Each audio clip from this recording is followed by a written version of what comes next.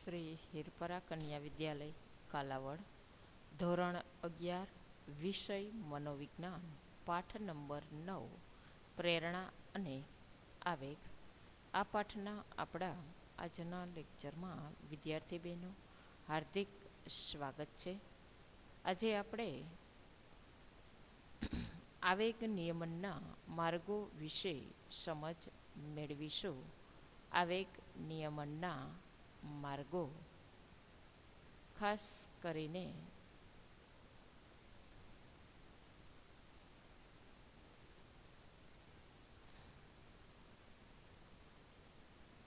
જોઈએ વિદ્યાર્થી બહેનો. હલો, આવેગ નિયમન વિશે આપણે સમજ મેળવીએ છીએ. આવેગ એટલે સમગ્ર ચેતાતંત્રની ક્ષુબ્ધા અવસ્થા.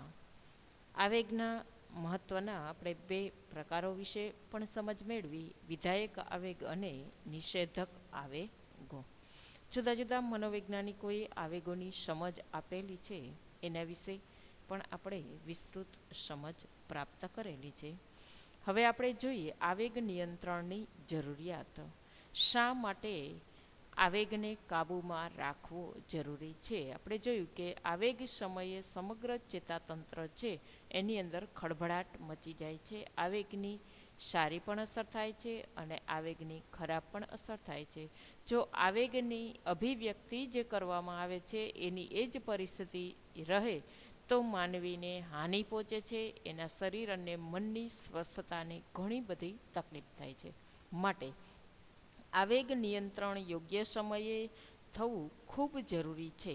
તો આપણે જોઈએ આવેગ નિયંત્રણની જરૂરિયાત. આવેગના અનુભવો વિનાની સૃષ્ટિની કલ્પના કરવી લગભગ અશક્ય જ છે. જીવનમાં દરેક વ્યક્તિ આવેગનો અનુભવ કરતી જ હોય છે.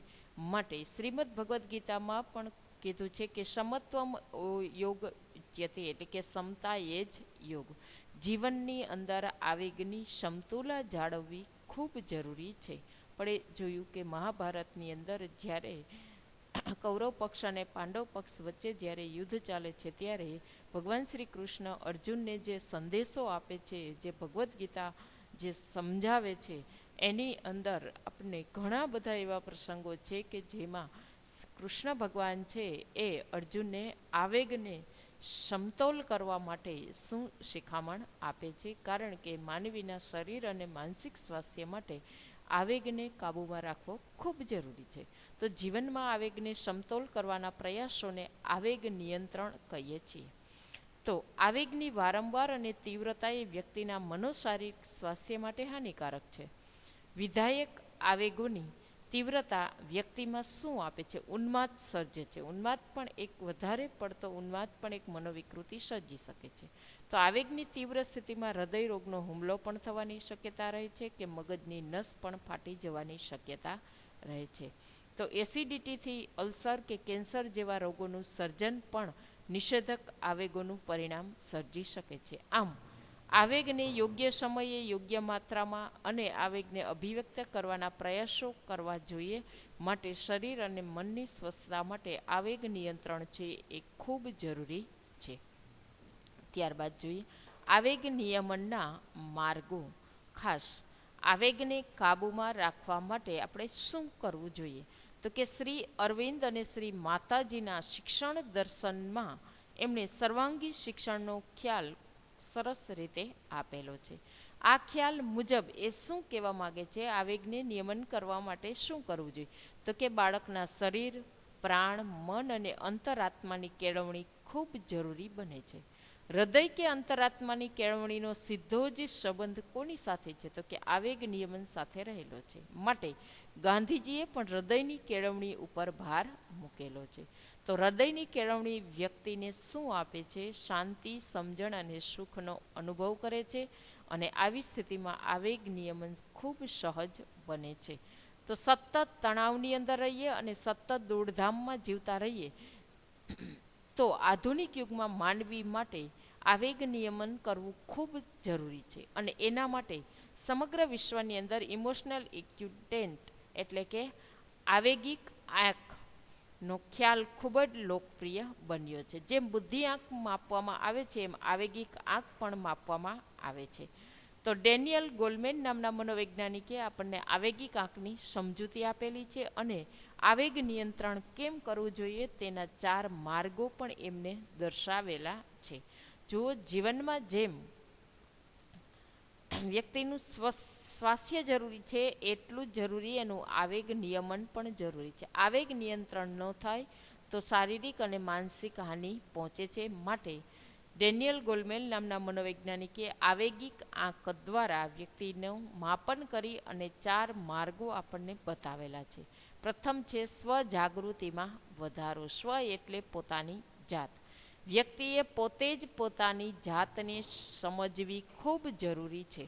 જો પોતાના વિચારોને સમજી શકશે, પોતાની મર્યાદાઓ જાણી શકશે, પોતાના વર્તન ઉપર કાબૂ રાખી શકશે તો આપોઆપ આવેગને કાબૂમાં રાખી શકશે. ઘણી વખત કેટલીક વ્યક્તિઓનો ગુસ્સો એવો હોય છે કે જે કાબૂ બહાર હોય છે. જો સતત એવા વાતાવરણમાં ગુસ્સાવાળા વાતાવરણમાં રહેવામાં આવે તો ઘણી વખત મગજની નસ પણ ફાટી જાય છે, વ્યક્તિના શારીરિક સ્વાસ્થ્યને પણ હાનિ પહોંચે છે. તો સ્વજાગૃતિ એ આવેગ નિયમન જ નહીં પણ સ્વવિકાસ માટે પણ જરૂરી છે. તો શા માટે અને કઈ રીતે પોતાની જાતને જ પ્રશ્ન પૂછવાનો છે કે શા માટે હું આમ કરી રહ્યો છું કે કરી રહી છું, કઈ રીતે આ થઈ રહ્યું છે. તો એવા પ્રશ્ન પૂછવાથી વ્યક્તિ પોતાના અનુભવોને સમજવાનું શરૂ કરે છે અને પોતાના વિચારો, પોતાની લાગણી, એમનું વર્તન, એમની શક્તિ અને મર્યાદાને જાણવી એ સ્વજાગૃતિ માટે જરૂરી છે. તો સમજણ જેમ આવશે પોતાની જાત વિશેની એમ સ્વનિયમન ખૂબ સારી રીતે કરી શકાય છે. માટે ડેનિયલ ગોલમેનના વિચારો પ્રમાણે સ્વજાગૃતિમાં પોતાની જાતને સમજવાનો પ્રયત્ન જેમ વ્યક્તિ વધારે કરશે એમ પોતાના આવેગ ઉપર કાબૂ મેળવી શકશે.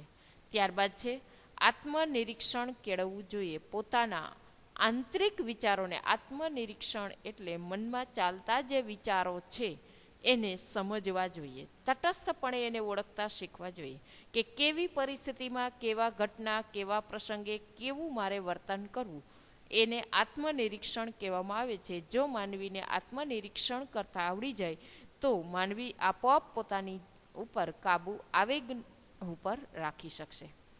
વ્યક્તિએ જીવનમાં સમયાંતરે બનતી ઘટનાના સંદર્ભમાં આત્મનિરીક્ષણ કરતા રહેવું જોઈએ. જીવનની ઘટનાઓનું એમણે શું કરવું જોઈએ? તટસ્થપણે એમનું મૂલ્યાંકન, નિરીક્ષણ કરવું જોઈએ. આપણે કેટલીક પરિસ્થિતિમાં કે અમુક ઘટના પ્રસંગે કઈ રીતે વર્તન કરીએ છીએ તે વિશે આપણે જેમ બને તેમ વધારે આત્મનિરીક્ષણ કરવું જોઈએ. ત્યારબાદ સમયદર્શક સમ્યક વ્યવહાર કરવો જોઈએ. સમયને અનુરૂપ વર્તન કરીએ તો પણ આપણે કાબૂ રાખી શકીએ છીએ આવેગ ઉપર. કારણ કે ચિંતા કરવાથી, વધારે પડતી ચિંતા કરવાથી પણ હાનિ પહોંચે છે. એટલે જેવો સમય છે એ પ્રમાણે વર્તન કરવું જોઈએ. પરિસ્થિતિને ઓળખી અને આપણા વર્તન વ્યવહાર હોવા જોઈએ. એને સમજાવવા માટે અહીંયા સરસ મજાનું જનક રાજાનું એક દ્રષ્ટાંત આપેલું છે કે પરિસ્થિતિનું ક્ષમતાપૂર્વક દર્શન કરવાથી વ્યક્તિને આવેગ નિયમનમાં મદદ મળે છે. કે જે સમયે જે વર્તન થવું જોઈએ એ જ કરવું જોઈએ. જો વિહાર કરતી વખતે જનક રાજા જ્યારે પોતાના પરિસરની અંદર વિહાર કરતા હતા ત્યારે જનક રાજાને એમના કોઈ માણસે આવી અને સમાચાર આપ્યા કે મહેલ સળગી રહ્યો છે.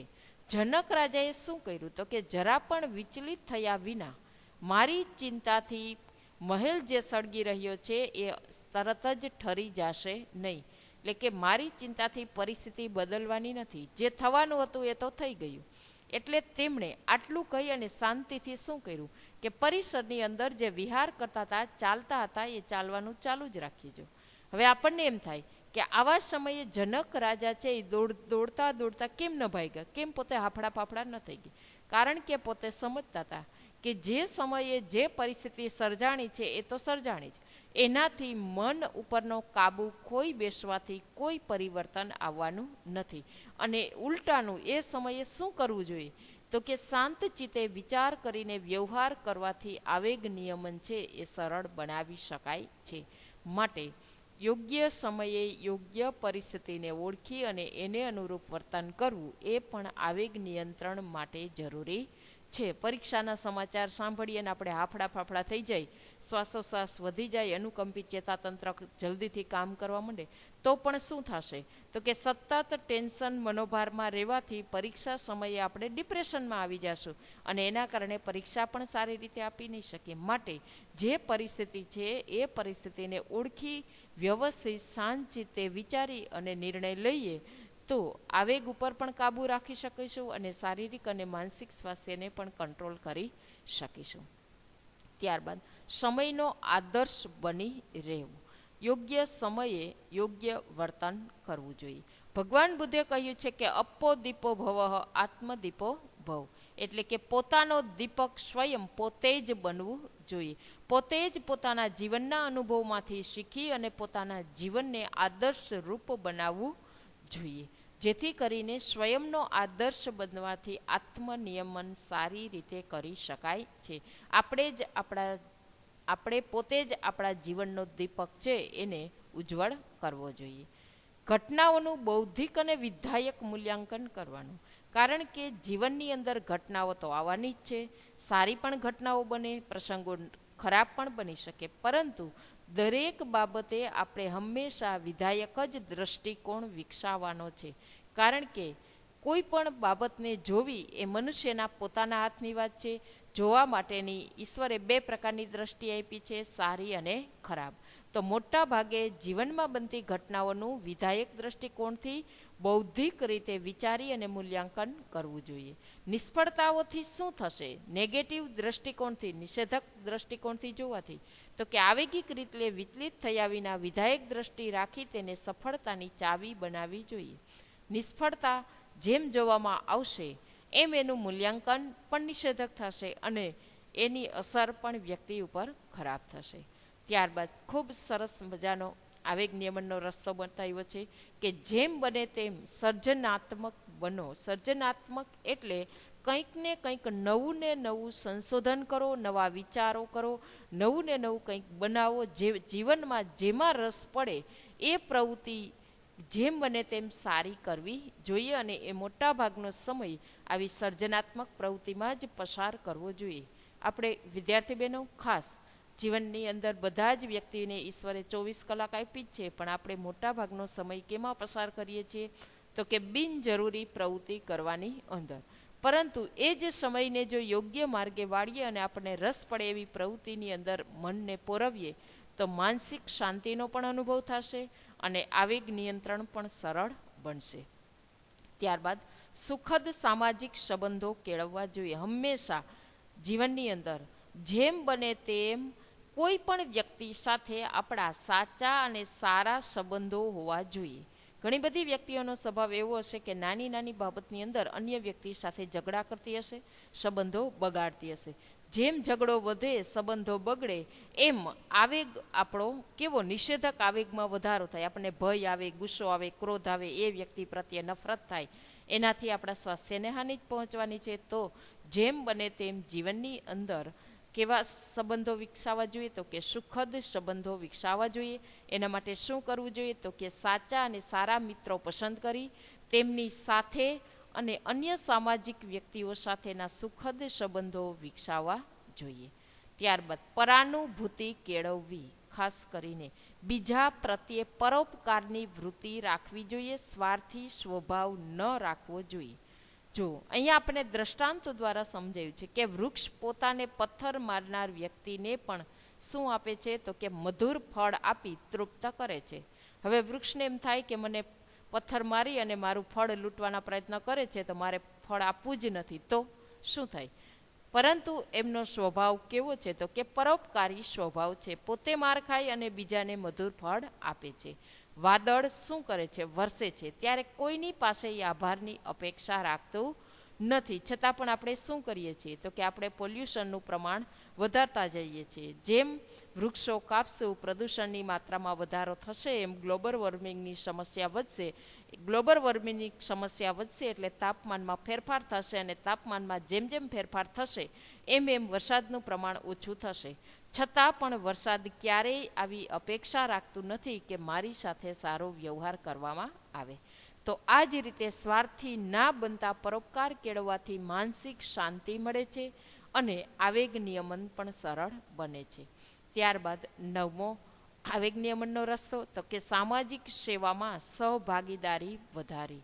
જે કંઈ સામાજિક કામ થતા હોય એની અંદર જેવું થાય એવી મદદની આપણી ભાવના હોવી જોઈએ, બીજાનું ભલાઈ કરવાની આપણી વૃત્તિ હોવી જોઈએ. ભલે આપણે સતત પ્રવૃત્તિમય હોઈએ, પણ એમાંથી પણ થોડો ફુરસદનો સમય કાઢી અને સામાજિક સેવાનું નિસ્વાર્થ ભાવે કાર્ય છે એ કરવું જોઈએ. જેમ કે વિનોબા ભાવે, મધર ટેરેસા, જે આપણા જીવનની અંદર બીજાને સામાજિક સેવામાં સહભાગીદારી થવા માટેના ઉત્તમ દ્રષ્ટાંત આપણા ઇતિહાસની અંદર પડેલા છે. એનાથી શું થશે? નિસ્વાર્થ ભાવે ફુરસદનો સમય પ્રવૃત્તિમાંથી કાઢી અને બીજાની ભલાઈ કરવા માટે સામાજિક સેવાનો આદર્શ બની અને બીજાનું કામ કરવાથી જીવનમાં સુખ મળે છે, શાંતિ મળે છે અને સંતોષની લાગણી જન્મે છે. આ લાગણીથી તમને શું ફાયદો થશે? મને શું ફાયદો થશે?